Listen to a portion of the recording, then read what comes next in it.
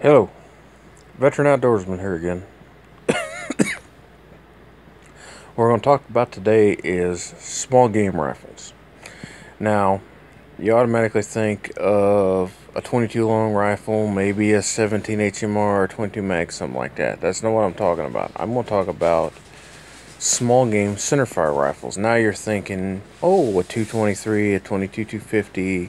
No, I'm not talking about rimfires, and I'm not talking about varmint rifles for coyotes and things like that. I'm talking about legitimate small game centerfire rifles. Things that you can take game from the size of squirrels up to coyotes. Lots of deer have been taken with these rounds, although it's generally not recommended. Many of us remember, in our younger days, Grandpa talking about his old 3220 that he had, that he shot everything with, from squirrels to deer, or a 2520, or maybe the old 22 Hornet that sat in the closet at the farm, shot a groundhog every now and then, or a raccoon that was raiding the chicken coop, something like that. These are the kind of rifles I'm talking about. You think of the old Winchester 1892s, Marlin 1894s, even before that, 1889. The old Stevens and Savage bolt-action rifles, Remington rolling block single shots, etc. Not much heavier, not much bigger than a 22 long rifle. Around the power of a 22 Magnum, but center fire and reloadable. Legal to deer hunt in many cases. Not always considered the best round, but great for smaller game. Great for raccoons, coyotes, things like that. Good camp guns. Marlin used to make what they called the camp gun, the Camp 9. They also made it 45 ACP, but that's a little big for what we're discussing today. But it was a semi-automatic clip-fed, detachable magazine-fed rifle, carbine, micro-groove rifling in 9mm. Great little gun. Today, you find one, they're very expensive, but they were good guns. If you're lucky enough to find an old gun or a reproduction, a Winchester Model 92, Marlin 1894, in 2520, 3220, great guns. You get a chance, you get a good price, pick one up. The ammo's not very cheap. You can find cowboy rounds, things like that, online fairly easy. And don't let that fool you. Those flat nose cast bullets are deadly on small game. I know firsthand. But the ammo's not very cheap.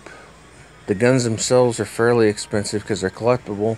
Even the newer remakes by Winchester and Marlin, fairly expensive, but great quality guns. A lot of nostalgia, good guns. But let's discuss some modern options for the same type of rifle. First off, the Rossi 92, or what they used to call the Puma. A copy of the Winchester 1892. Very, very good, good quality gun. I had one, a 16-inch saddle ring carbine with a large loop lever, chambered in 357. That's a viable caliber for what we're talking about because it shoots 38 special as well and functions very well with those. A 38 special, very similar, a little larger diameter bullet, a little heavier bullet, but very similar to the 3220. Very effective on small game. Now, just like you would with a 22 Magnum, you don't want to just shoot blindly up into trees. You want to have a good backstop. But for a rabbit sitting on the ground, a squirrel against the base of a tree, something like that, many a small game animal has fallen to a 38 special and will continue to do so. The ammo itself is cheap, along the lines of the price of 22 Magnum 17 HMR, and it's reloadable. You can get started reloading with, say, a lead loader, something like that, and a few components, you know, say $100 all the way up to a few $100s, and you can load a lot of ammo very, very cheap, especially if you use cast bullets. And if you cast your own, you can get it down to close to the price of a 22 long rifle, or even cheaper. You can load light loads. The particular rifle I had didn't function very well with wad cutters unless they were fired single shot, but it was very accurate with those. That makes a dandy small game load. Another option today would be a New England Firearms handy rifle in 357. Shoot 38 specials out of it. Great gun. Ruger made their 77 in 357, a little bit heavier than what I would prefer for this type of a rifle, but a dandy gun. Put a light scope, power scope on it, like a 2.5 to 7, a 1.5 to 5, something like that. A red dot would work. Peep sight, my preference for this type of rifle. Make you a great gun. Kel-Tec makes a semi-automatic 9mm. High Point makes a 9mm carbine. There you go. Oh, it's a High Point. They're junk. I got a High Point 45 that I've put thousands of rounds through. I've owned for about 12, 13 years, something around there. Okay, they're heavy, they're blocky, they're ugly. They're no uglier than a Glock, but they're ugly. Fact is, they look a lot better than a Glock. They feel a lot better in the hand, but we're not going to get off on that. I don't care what your opinion is on a High Point. The High Point 9mm carbine is an excellent rifle. I own one. I really like it. I use it for these purposes. It's my camp gun. It's my truck gun. It's semi-auto. It works for these purposes. You run the numbers. Not a lot more powerful than a 3220. Similar bullet weights. You get full metal jacket ammo, flat nosed ammo, lead round nose, whatever. You can use hollow points. You can take small game effectively. You can take larger game, all the way up to the size of a coyote, effectively. Coyotes even out to maybe 7,500 yards. Put a scope, red dot, comes with a pretty decent set of irons, a peep sight. That's the way I leave mine, that's the way I run it. Great little gun. The Kel-Tec Sub 2000, good little gun. I owned one of those as well. Great little gun. I've had several 3220s. I still own a Marlin 1889. I had a Savage 23. I had a Remington number 2, I believe, rolling block. They were all great little guns. The ammo got a little prohibitive for me because I don't hand load. I live in an apartment. It's a little hard to find a room, find the time. As I get into that, I may get back into a 3220. But 38 Special 9mm really gets the nod for me. These are great guns, lightweight guns. Well, I'll just go buy some 22 ammo. We remember not so long ago it wasn't easy to find 22 ammo. You could find 38 Special a little easier. You can find 9mm a little easier. But here's the kicker. You can reload 38 Special and 9mm. So if you had brass, you had some bullets and powder, you were good to go. So think about those things.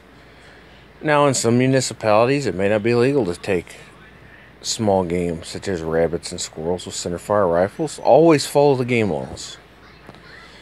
But for a camping gun, for a truck gun, for targets opportunity, for just a woods walking gun, and you might be able to take some small game, something like that. Something to strap on your tractor or your four-wheeler, go out and check the farm, shoot a groundhog, a coyote if you see it. Great little guns. rugged. The ones I've listed are dependable, but there's lots of other options out there. Thompson Center Contender in 357. There's 22 Hornet. Now, 22 Hornet might be a little much for edible game, especially with hollow points, but it really comes into its own on, say, groundhogs, raccoons, foxes, possums, small fur bearers, things like that. Works great on coyotes.